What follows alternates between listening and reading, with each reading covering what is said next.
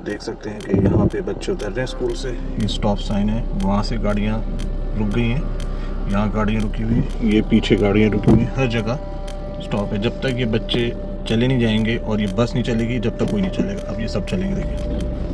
और मैं पाकिस्तान से शाहिद हूँ। ये कंपैरिजन बिल्कुल भी नहीं है, ये सिर्फ 80 साल का रोना है, तकलीफ है। हमारे यहाँ पता है क्या निज़ाम है, हमारे यहाँ सड़कों के बीचों बीच स्कूल खुल गए।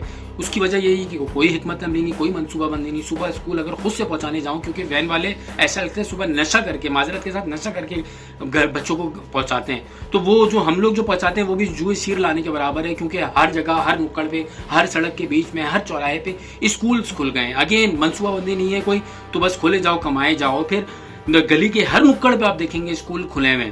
ऐसा लगता है जैसे बच्चों की तादाद कम हो गई, स्कूलों की तादाद बढ़ गई है, और ये एक बिजनेस बना लिया, कमर्शियल हो गया काफ़ी अरसे से, एक माफिया बन गया है। लेकिन अगेन ये कंपैरिजन नहीं है, ये 80 सालों की तकलीफ है कि हमने बुनियादी चीज़, बुनियादी सहूलत, तालीम का ये हाल कर दिया है। और वीडियो से लाजमी करेगा, क्योंकि कुछ हुक्मरान जो है ना सानियात के बाद फ़ौरन कंपैरिजन शुरू कर देते हैं। तो उनको बताते चलूँ, सर मैडम आपने बुनियादी सहूलत से ही तमाम इस कौम को महरूम रखा हुआ है, और फिर शायद शर्म आ जाए और कोई मनसूबाबंदी बना लें। मैं शाहिद हूँ, ये मेरा नहीं, हमारा मसला है।